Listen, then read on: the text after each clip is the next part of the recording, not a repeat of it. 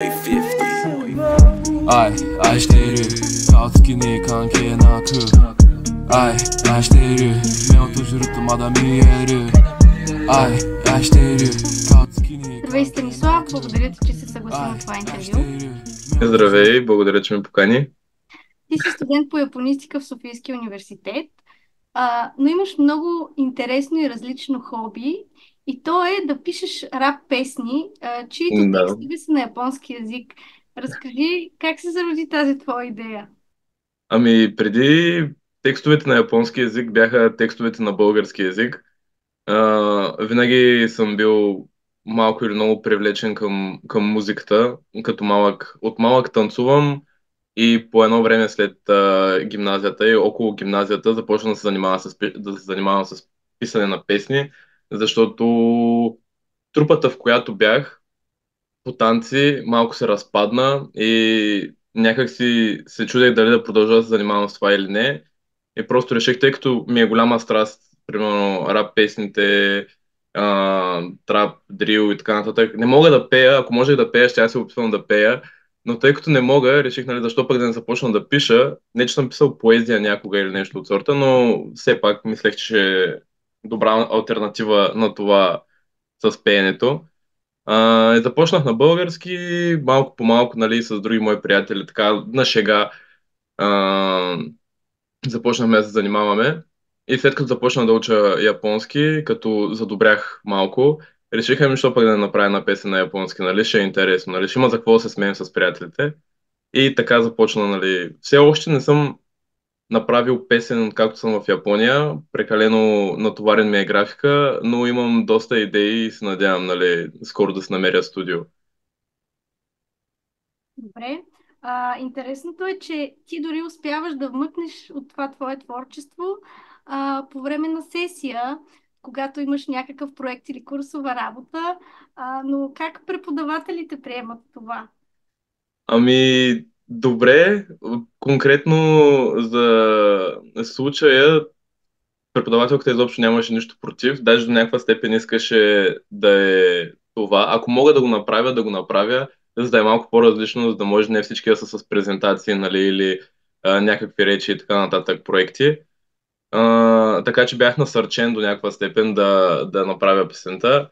Беше забавно, беше тежко, защото беше по време на сесия, имах още хиляди други неща, беше и покрай заминаването ми също, така че, нали, подготовки за интервюта, документи, имаше много работа около това, не беше, нали, нормалната ми обстановка, в която правя песни, но мисля, че се получи добре. В крайна сметка, мисля, че и преподавателя остана доволен, така че да, супер.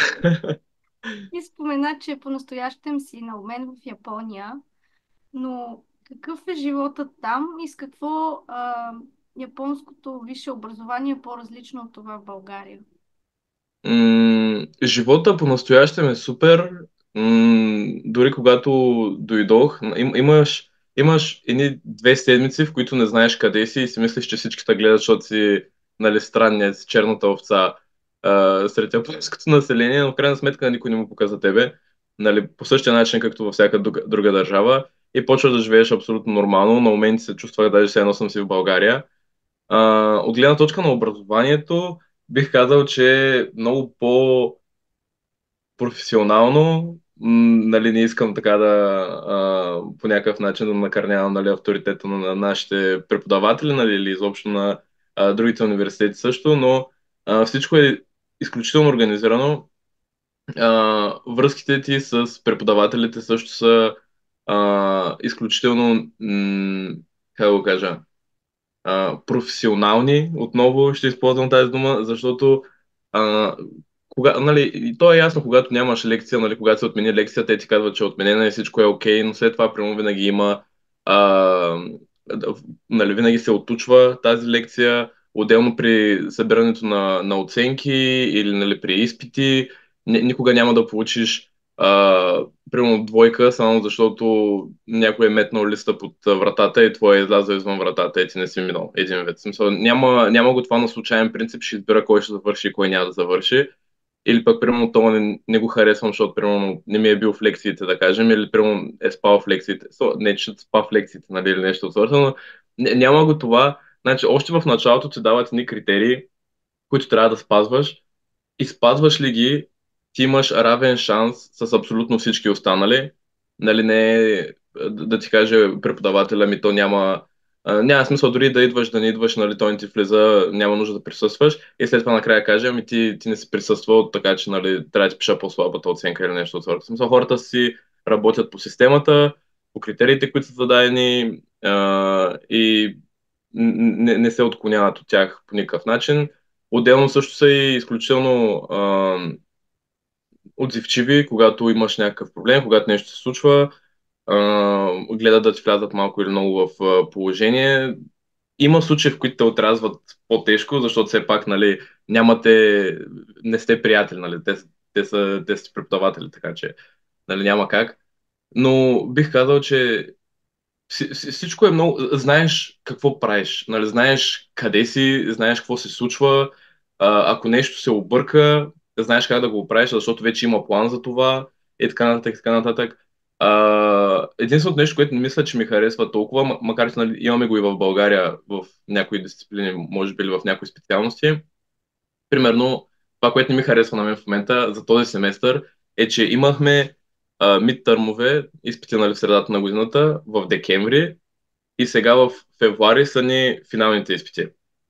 Което, нали, като се замислиш, добре има ли още един месец, в който нали, уж да учиш нещо и да има на какво да те изпитат още повече, обаче в крайна сметка някои финални изпити започват още от януари. Тоест ти имаш изпити в средата и след това веднага след средата пак имаш изпити и ти не си взел никакъв материал от тогава и си се чудиш сега добре за какво ги имахме миналите изпити, като в крайна сметка нищо ново не сме взели, сега пак имаме още някакви изпити.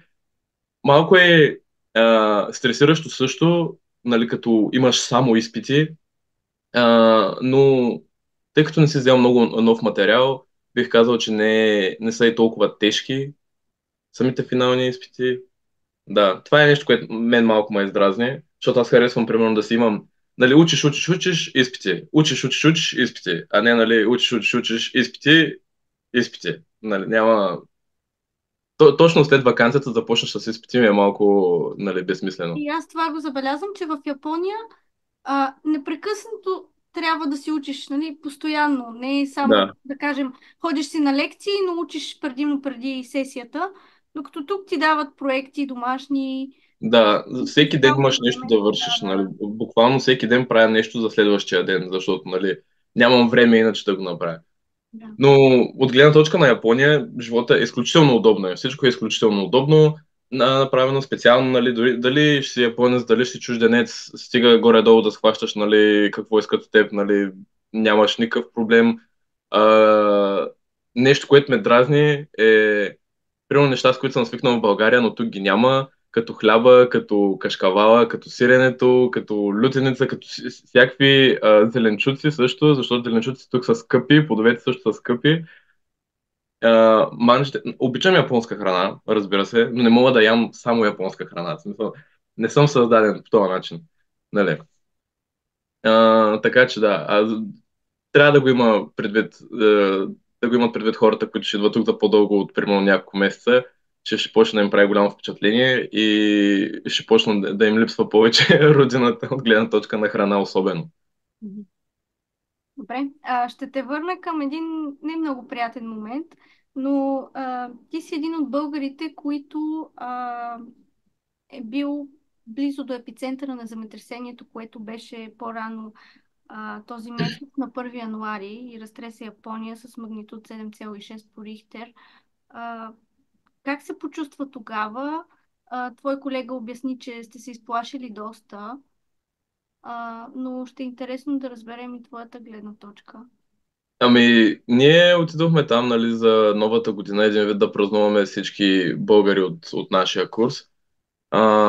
Да се видим, защото не се бяхме събирали, нали, от както завършихме.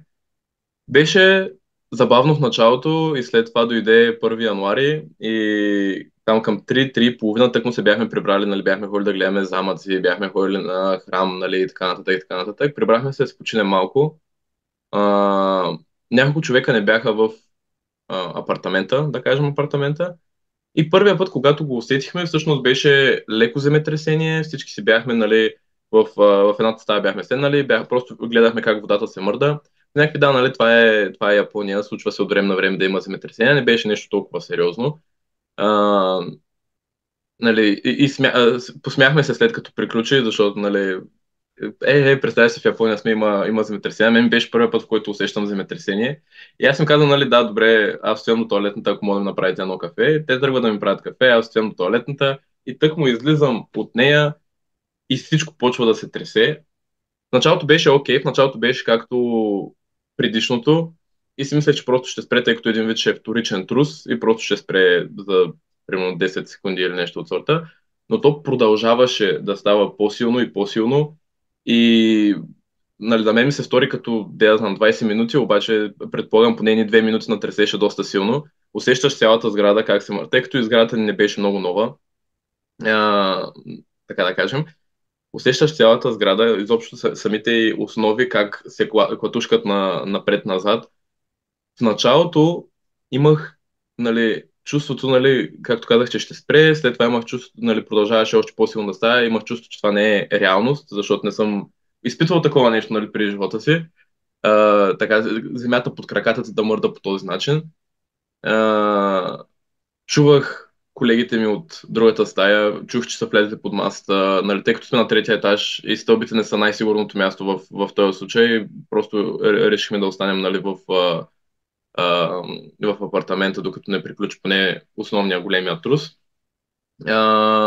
Чувах ги какво си говоря, се опитваха да се успокоят, нали, един друг.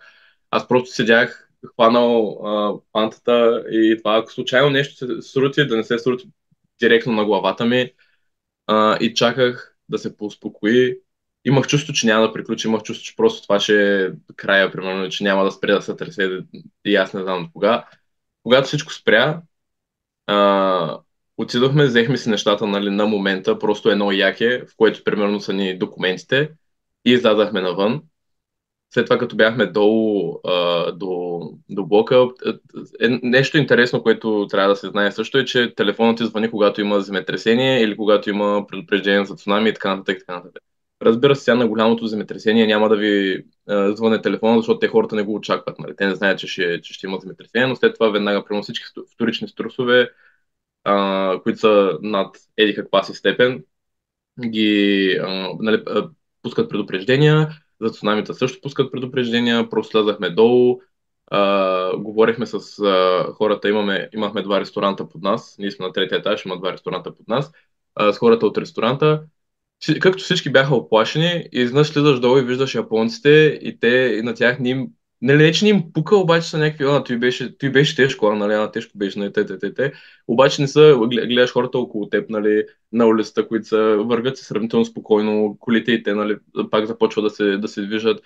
И си казваш, нали, май е окей, нали, ти не знаеш, нали, те как се чувстват или те какво мислят по въпроса, разпитахме ги, казаха, нали, тук няма да има опасност за цунами, тъй като ние бяхме в центъра на Канадзава. А, Отидохме до един паркинг, точно срещу апартаменти, за да не сме близо до сградите, тъй като очаквахме вторични турсове. Писаха ми приятели японци, единият даже ми звънна, който живее близо до нас в Фукуи. При тях също беше тежко, но нали, не толкова тежко, колкото при нас или пък колкото на епицентъра. Той набързо ми каза, нали, какво трябва да направя, дали съм добре, ме пита, как се чувстваме, какво ще правим от сега нататък, къде да отидем и така нататък, и така нататък, за което съм много благодарен.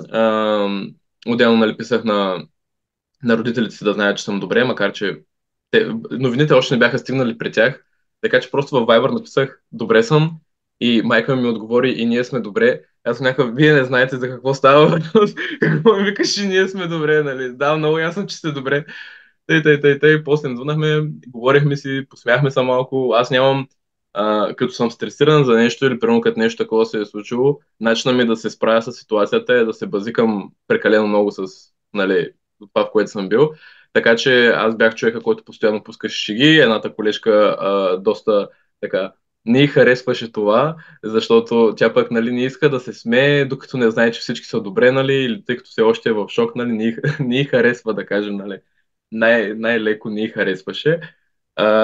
Но аз се забавлявах, нали, не се забавлявах, но се опитвах поне да разведря малко обстановката, тъй като все пак нали, всички сме а, нали, живи, сме без, никой не е пострадал и така нататък, така нататък. Отидахме до един замък, седяхме на замъка там, докато не се поуспокои положението. Върнахме се само да си вземем багажите, набързо. Мисля, че това е най-бързото ми подреждане на багаж, което съм правил през живота ми. Седахме долу, отидахме в общината, питахме ги дали можем да спим там. Те казаха, че няма никакъв проблем. Не бяхме само ние, имаше и други нали, японци, които отседнаха в общината. Стори ми се, че броя им е прекалено, нали, относително малък, но след това разбрах, че де-факто са се крили повече по училища и по физкултурни салони. Предполагам, общината им е била далече. Спахме там, усетихме още няколко силни труса. То, по принцип, вторичните трусове са били над 100 за цялата тая вечер, в която сме отседнали там. Имаше едно много силно към 4:30, когато се събудих. Събудих се да отида до тоалетната. Отново, тък му ставам и всичко отново почва да се тресе и само се гледам. Аз съм изморен съм, не съм спал, стресиран съм, адреналина ма удря. И самата община също, общината все едно е направена вчера. Мисля, изключително нова сграда, много, как го кажа, много здрава, много стабилна, нали, като видиш тази сграда, си кажеш, това е стабилна сграда, нали, той не се мърда. И пак всичко се тресеше. И аз само поглеждам колегите, просто съм изморен и казвам, давай. Ако ще се случва нещо, да се случва, защото пикаем се, спим се, нали, трябва да отида, трябва да се върна, ако ще стане нещо, да става. И приключихме към 7:30, се събудихме всички. Нали всички, аз бях последния. Събудихме се, отидахме към гарата. Бяхме се забравили едни неща в нали, апартамента и трябваше да се върнем трима човека да ги вземем. Отидахме на гарата и да питаме нали, има ли възможност да се тръгнем, защото ни бяха казвали. Всички ни казваха, че няма да се тръгнем поне няколко дена, но явно бяха вече проверили релсите, също така и бяха проверили релсите, положението се беше поуспокоило малко, предполагам, че да пуснат влаковете. Бяха пуснали, мисля, че 2 или 3 влака единствено. Успяхме да си вземем билети за него, успяхме да се качим. Точно преди да се качим във влака, влака беше пред нас и ние тъкмо ще се качваме и всичко се разтресе отново. Да викам, брат, ние не можем да се тръгнем от тук. Това е... Имам лекции след 2 дена, примерно, нали, трябва да се пример. Какво ще казвам, трябва да пиша 200 имейла на хората, аз нямам лаптопа ми не е с мен, нали, трябва да ги пиша през телефона или нещо от сорта. Им казвам, извинете, нали, жив и здрав съм, обаче нямам мога видео на лекцията, защото буквално не мога да дойда. Нали. В крайна сметка изчакахме 1 час още допълнително на гарата, прибрахме се. А, не мисля, че съм бил толкова изморен през живота ми. Нали, радвах се, че всичко приключи и всичко е окей, обаче самия адреналин и самото чувство на опасност седи с тебе поне още един ден, тъй като не знам и аз каква е причината, може би нали, съвсем инстинктивно тялото ти не знае, че ти вече си в безопасност, защото едно време не е имало влакове дет за 3 часа да те преместят от едното място на другото. И прибрах се в общака ми, постоянно чувствах земята да се тресе. В смисъл, краката ти не треперят, но ти усещаш, че всичко се тресе. Влизам да се къпя в банята и имам чувство, че ми звъни телефона с предупреждение отново. Постоянно отварях вратата да видя дали не си го въобразявам, дали е така, дали не е така. А, Не можеш да заспиш. Нали, опитах се да заспя още към... Нали, прибрах се след обяд, така че се опитах още след обяд да заспя, но не се получаваше. И заспах чак към 9:30, защото тялото ми просто изключи. Предполагам от умора и от стреса и от всичко. На следващия ден вече като се събудих всичко беше окей, ама спах към 14 часа, така че нали, имах време за възстановяване. След това вече разбрах, нали, имахме повече информация за това, какво се е случило, нали, за колко сериозно наистина е било в епицентъра или в другите префектури също. Тук също се е усетило, нали, в Осака, но Не е било нещо, кой знае какво, нали, не е било много тежко. Някои хора от колегите ми, тъй като са пили миналата вечер, си мислили, че това е от махмурлука им, примерно, или нещо такова. Така че, да. Беше сериозно. Нали, сега вече като сме добре, нали, като се върнахме живи и здрави, нали, мога да кажа, че нали, беше интересно преживяване. Със сигурност един нали, сериозен старт на новата година. Не мисля, че някой изобщо си го е представил това нещо. Но да, общо взето това беше. Опитахме се да звънем на посолството, но те ни дигнаха. Не, че имам нали, нещо така. Предполагам, не сме звънали на правилния номер, или не знам нали аз каква е била ситуацията там, но към 8 или към 9 звънахме на посолството и те ни вдигнаха. С някакъв, добре, нали, ние ще си ходим, ние сме взели вече билетите и ще се прибираме, нали, обаче все пак искахме да видим дали може да се свържем с тях, което се оказа неуспешно. Е, щом сме добре, не значи всичко е добре. Да, важното е, че всичко е минало. Минало добре, да. Да. И сте живи и здрави. Да. Добре, отново да те върна към по-приятни теми. Да. Какво смяташ да правиш в бъдеще, след като се върнеш в България и завършиш японистика? С музика ли ще се занимаваш? С японски ли? Ще ги съчетаеш ли двете неща? Напоследък този въпрос, нали, всеки ден така ми изкача. Имам чувство, че всеки ден се оказвам с различно, как да кажа, с различно мнение по въпроса.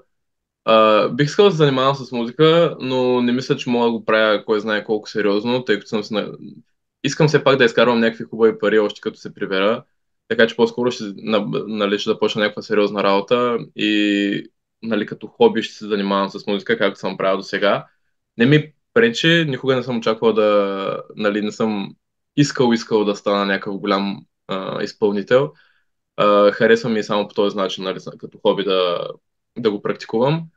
Гледна точка на японски язик, да, искам да се занимавам с японски язик, защото нали, все пак го уча. Искам да се занимавам с социология. Цялата ми мисъл преди да замина за Япония беше да се върна да карам магистратура тук, точно по тази специалност. Но не знам дали бих искал да се върна тук. Не защото Япония не е хубаво място, но просто защото не знам, чувствам си България по-скъпа за мен и приятелите, примерно, които съм създал там, нали, връзките, които имам, това е нещо, което със сигурност не искам да изгубя. За една година е окей, за една година, нали, няма да изгубиш толкова много, но ако дойдеш тук за повече, предвид, че ти не можеш да се прибираш всяка Коледа или всяко лято и така нататък, просто не е. Трябва да съм милионер, не знам, в смисъл, нямам ресурсите за такова нещо. Предпочитам да си остана или в България, или ако ще продължавам да уча някъде, нали, като магистратура, да е някъде в Европа, къде ще ме е по-близо, ще мога да се прибирам по-често. Но със сигурност нали, бих се върнал тук на по-късен етап, така да кажем. Искаме се да е японски язик, искаме се да работя нещо с японски язик, не знам дали ще си намеря толкова лесно. Трябва да завърша първо, имам държавен изпит, като се прибера, така че след като завърша, мисля отново а, да размишлявам над този въпрос. За сега съм си тежко с виждането, че ще се занимавам с музика като хоби, макар че в момента не го правя, но ще започна отново. И ще се опитам да намеря нещо, което по някакъв начин да ми съчетае японски язик с всичките неща, които съм учил до момента и с всичко, което съм практикувал до момента, дали ще е от различни съвети, организации и така нататък, нали, нещата, които съм научил, да ги сложа по някакъв начин и в нали, бъдещата ми работа. И може би да се започна магистъра с социология или с културология или в Софийския университет или някъде другаде из Европата. Да. Пожелавам ти успех с Благодаря. правния изпит, с сесията сега в Япония и дано осъществиш всичките си мечти. Благодаря ти много. Пожелавам ти абсолютно също да се връщат хубавите думи. Благодаря.